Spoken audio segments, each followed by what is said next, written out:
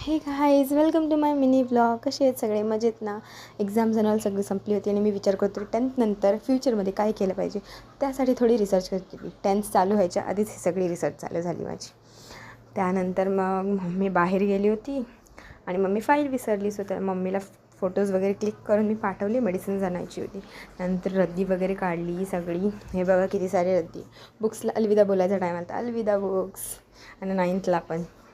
त्यानंतर दादूला झोपत होती. दादू काही झोपतच नव्हता, याची फुल मस्ती चालू होती.